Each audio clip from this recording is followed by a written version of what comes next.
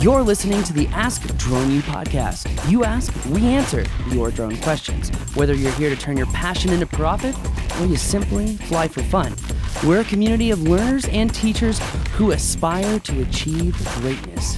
We are Drone U.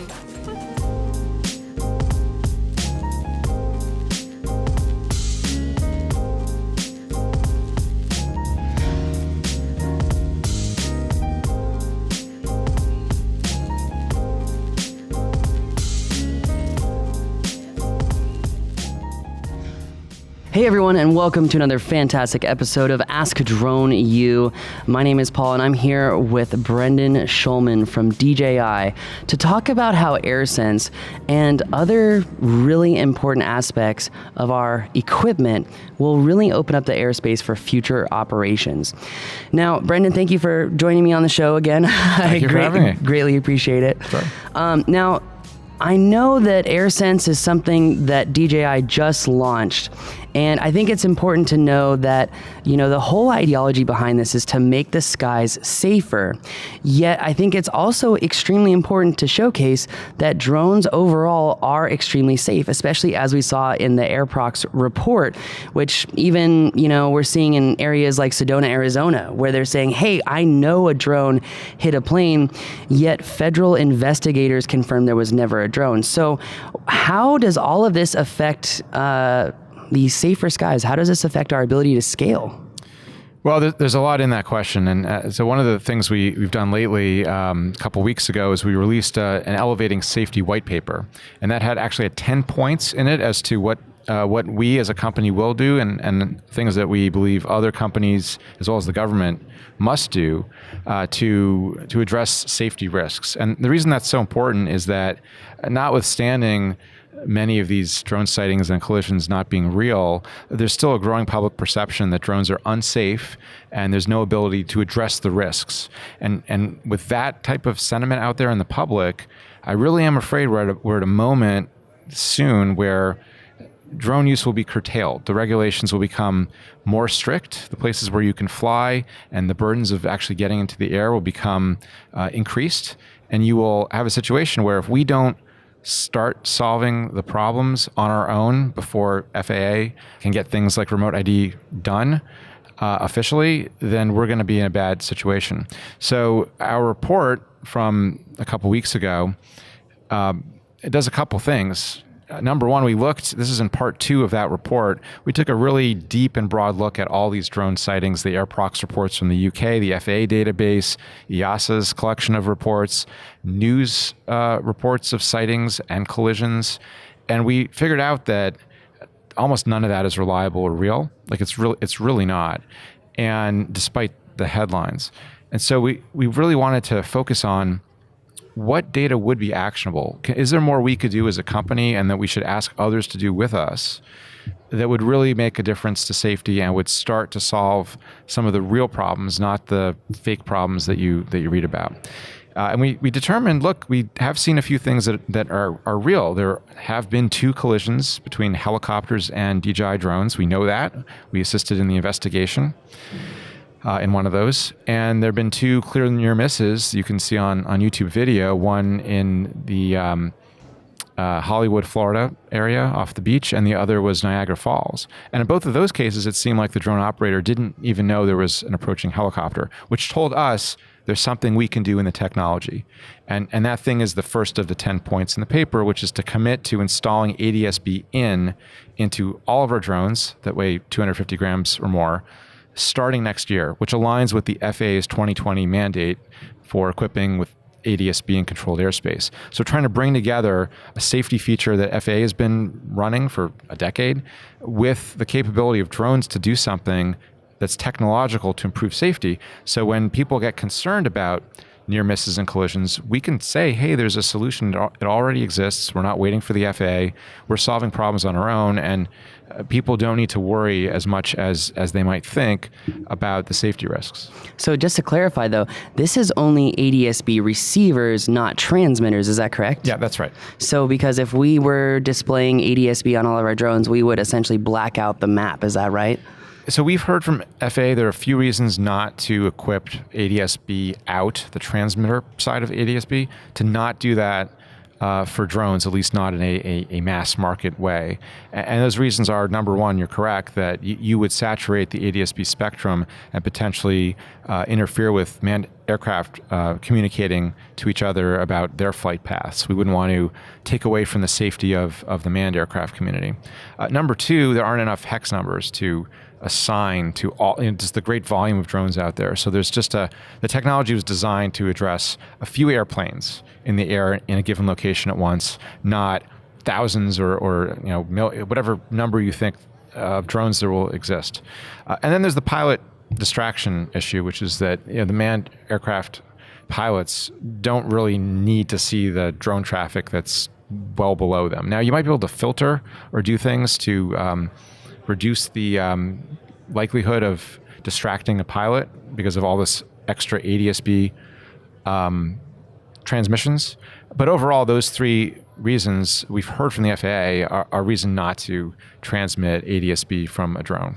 So then, well, with AirSense receiving ADS-B data to allow pilots to see air traffic in the area, what type of system is going to work then to display drones in the airspace to allow for things like remote ID? Because if I understand it correctly, remote ID is the system that needs to happen in order for advanced operations, things like drone delivery, these things that we've been expecting for 6 years. The system has been laid out to say, look, this is what we need for this to happen.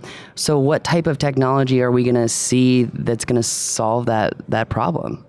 So remote ID does solve a lot of problems that are real. So one of them is this security community concern that we don't know who's operating. So, and the reason that that's true is that unlike a car or even a traditional aircraft, the pilot, the person responsible for the safe operation of the drone, is not in the drone. They're somewhere far away. And what remote ID does is reassociate a person who's responsible for the operation with the aircraft that may be doing something wrong or may be in the wrong place. That's an important and good thing in terms of accountability, enforcement, responsibility, but we have to do it right. So some of the issues that come out of this remote ID conversation that's been going on for now over 2 years, if you look back at our white paper in early 2017, we said, look, let's solve that remote ID issue, which not only solves the security concerns and accountability, but also state and local concerns about privacy, because you can use that identification mechanism to help enforce existing law rather than creating restrictions. So there's good reasons to do it, but we need to make sure that it's cheap or free, there aren't a lot of burdens or steps to get it done, and that whatever those solutions are, they protect the privacy of the drone pilot. So if you're running a drone business, you don't want your competitor to know how often you're flying, who you're flying for, where you're flying. So we need to solve this urgent need by security and law enforcement and safety officials, as well as the concerns about sort of local privacy related invasions. Those are all important to solve, but we really have to make sure that, as we're discussing this week at the symposium, remote ID is so important that we don't miss the boat in terms of protecting the interests of the drone operators. And so we can't just have remote ID without thinking about the impact, both in terms of cost and privacy, to the people who use drones. Yeah, no, I think that's extremely important because we can't put an undue burden on like DSPs. Obviously, enterprise users is much, much, much different animal to conquer. Now, with that being said, point number 5 of the 10 points, you mentioned that all drone manufacturers should install geofencing on their drones. And this has become quite the sticky issue lately, and we all know that it's vital for many operators not to fly in vital areas. In fact, we learned just recently that there are exclusion zones off the runways, which actually creates a criminal federal case, or not a case, but a federal crime.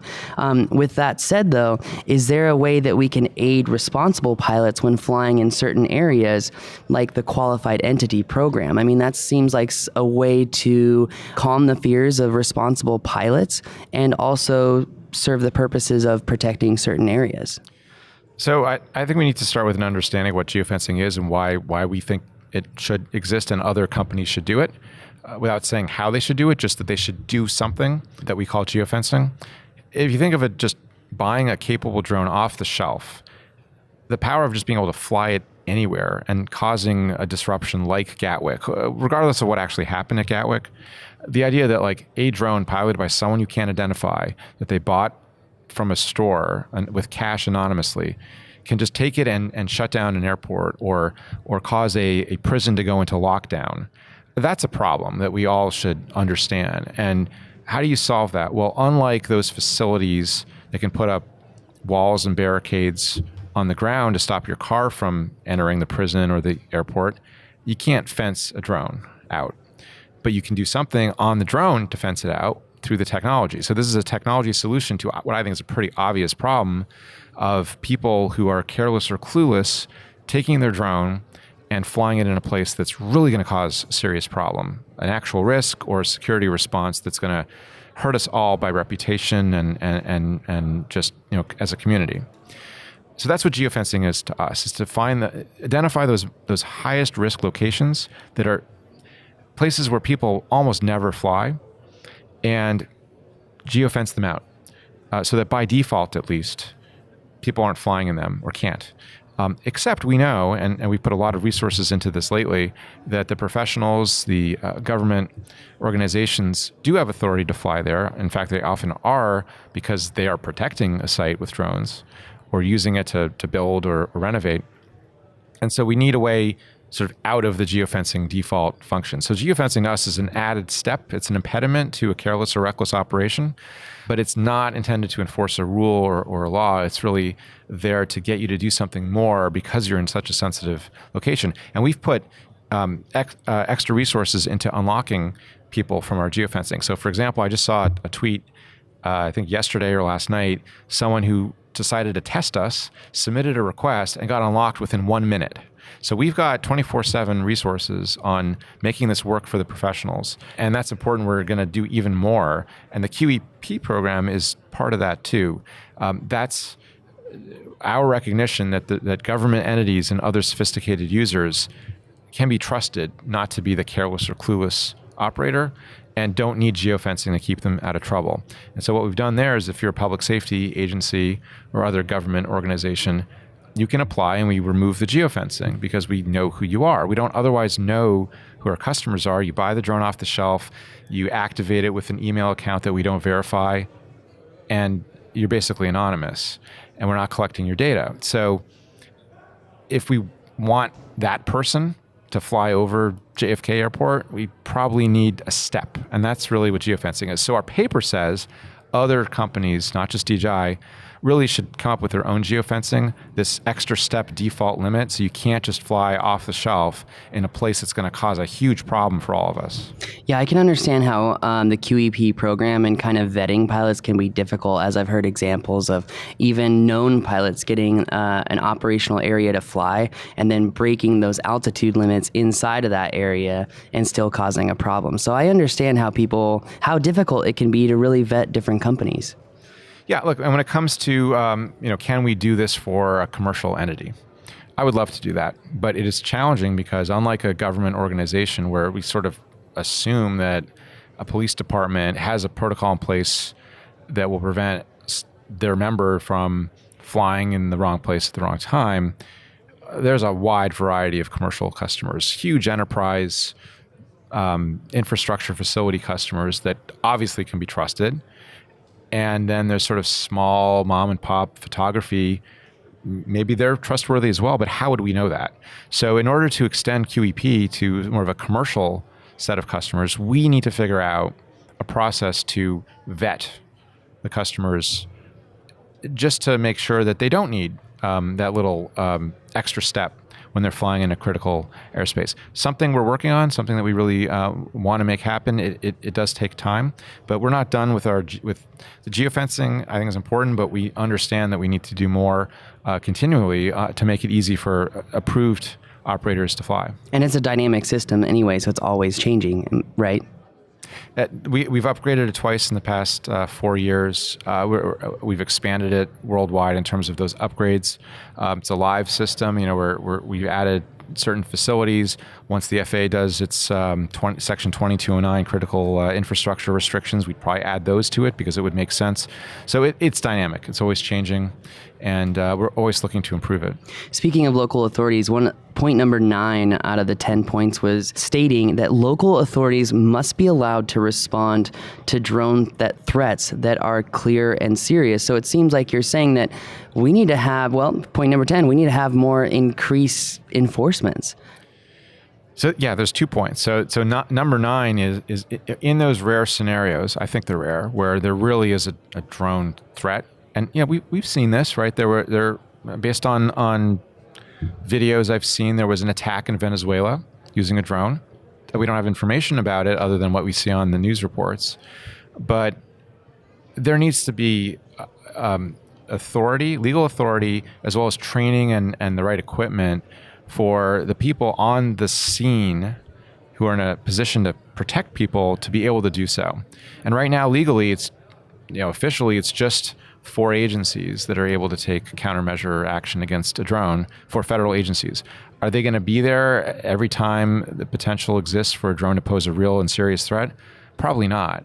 So we need to very carefully quickly figure out how to empower more localized agencies to understand when a drone is a threat and to take action, just like they would with a threat on the ground. Like, why would you want to enable someone to defuse a car bomb but not a drone bomb, right? We need those people to have authority. So that's key. And then there's the enforcement question, but you look like you had a follow-up. Yeah, I was just super curious because, one thing that I thought about when you said that only 4 entities can really have this is that typically those entities can also deputize like officers to be able to do some sort of federal enforcement or be utilized as a tool for federal enforcement agencies. So my question is that even a plausible solution to allow these local enforcement officers to do more with counter UAS? I don't know. I haven't looked at that issue. If you find Angela from the FAA here, maybe you'd ask her. It's a great question. My reading of the authorization in the FAA Reauthorization Act is it's those agencies. I think you're right as well. Other versions of them I think would have been broader, but they've kept it limited. And understand, look, we don't want the countermeasures to interfere with good drones. We don't want them to interfere with... Like they did in Miami recently, yeah. No, okay, so I've read, and I don't know anything about that other than what I've read. But that's maybe an example of that. And manned aircraft, right? We don't want a drone jammer to also jam an aircraft navigation system or a radio. So that is important, and I think that's why the federal government has been very narrow on counter-UAS authority. And yet, we just know that as per our principle number 9, we need to do something to empower the first people on the ground in that kind of scenario, which is not going to be just those agencies. But in point number 10, those agencies that do have the power need to have more enforcements.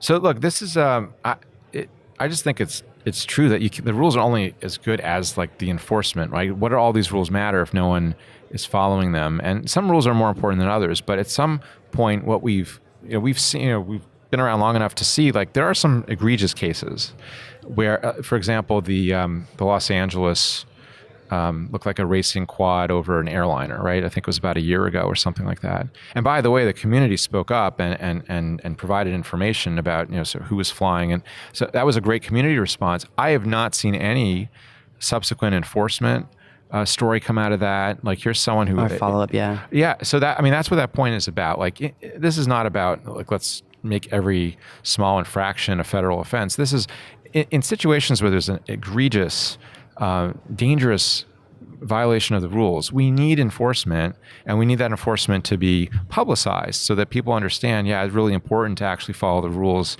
and act safely. And remember, all these principles are, the point of them is to show the public, like, when these scenarios happen, when these stories come up, there are things that either the industry, like us, with ADSB, or government, or our partners, we're doing to solve these problems. Like, solutions exist. It's not just a threat without a solution. Because when you have a threat without a solution, what do? You restrict the activity that causes the problem.